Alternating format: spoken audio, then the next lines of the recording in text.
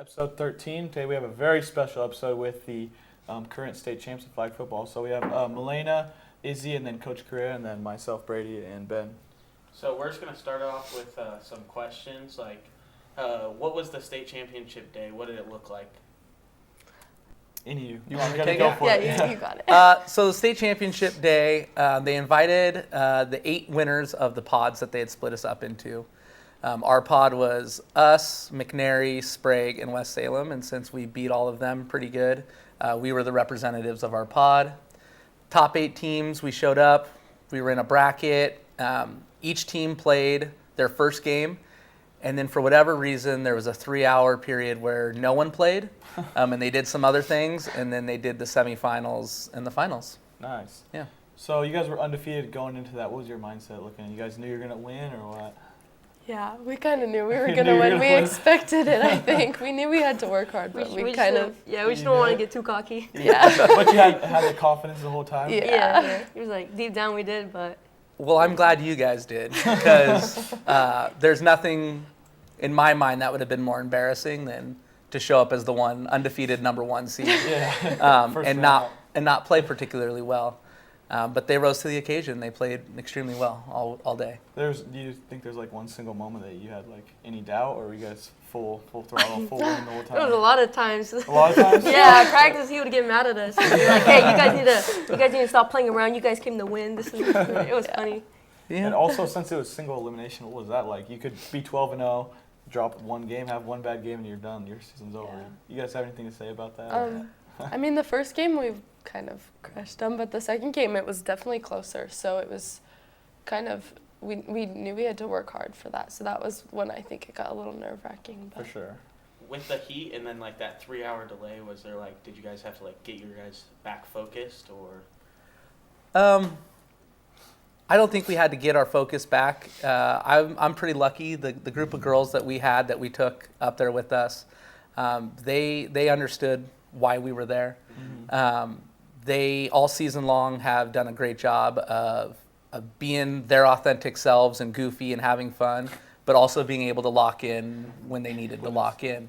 Yeah. And like Izzy said, I'd get mad about it. I tried to resist it. I was rowing against the current a lot of times. But going into that week, I just wanted them to be themselves, and that's what they did. So, do you think like that looseness and like just being comfortable and not ever having like full and like try to focus the whole time, you think that like kind of led to some success? Like not being like full serious the entire time. Do you think that definitely played a part into it or no? Yeah, I think that everybody played better when we were just having fun because we knew we knew our skill level, and so we knew that we would do good no matter what. And so, yeah, and it also helped us bond with each other. Mm-hmm. Yeah, for sure. So you guys have a favorite memory of that? We'll do 2. Favorite memory of that state championship run that day? I mean, besides winning the whole thing. I feel like that might be the... Probably my last play where I caught Leah passed me the ball and I caught it. And I just ran and scored that last touchdown. And my mom recorded it. I just seen like a whole bunch, like even Korea was just like jumping up and down. The Defoe was jumping up and down. And it was just like, it was a good memory. That's awesome. Everyone was happy. My favorite one was when Leah cried. she came off and she cried, and it was cute. Could we hear a little backstory on that or no? Oh yeah. I never see her cry, but we won, and I had gone in because I was hurt, so I didn't play. So I went in for one play, and I came off, and she's just crying on the side. Yeah, after we were cheering on for you guys, but the game didn't even end. I know. That was funny. That was embarrassing. that was pretty fun. Yeah. The rest were like, hey, the game We haven't even finished. Yeah.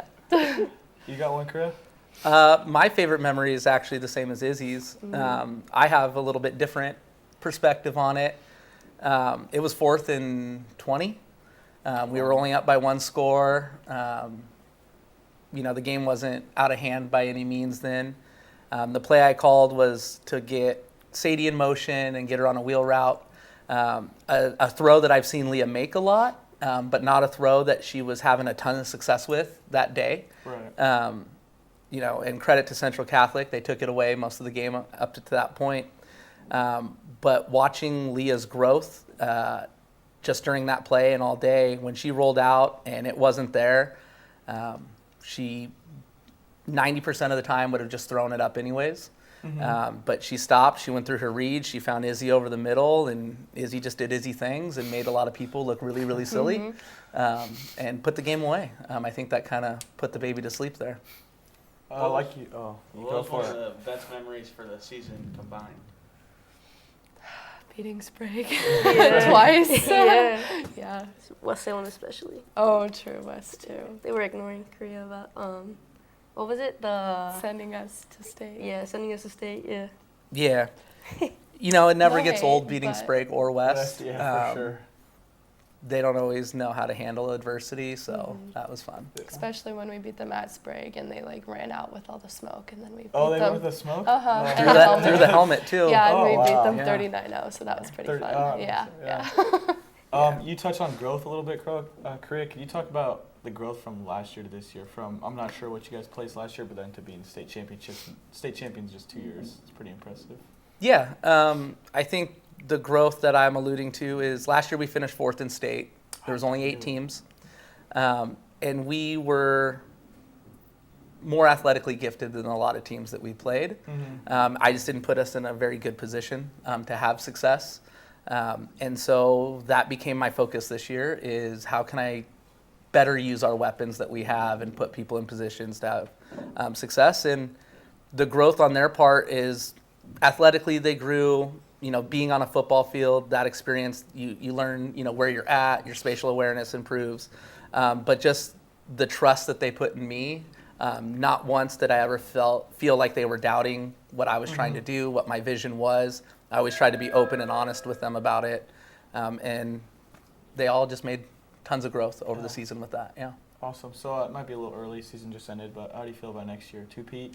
We're talking about South Salem Dynasty here? Or what? I've been asked about this a couple times already.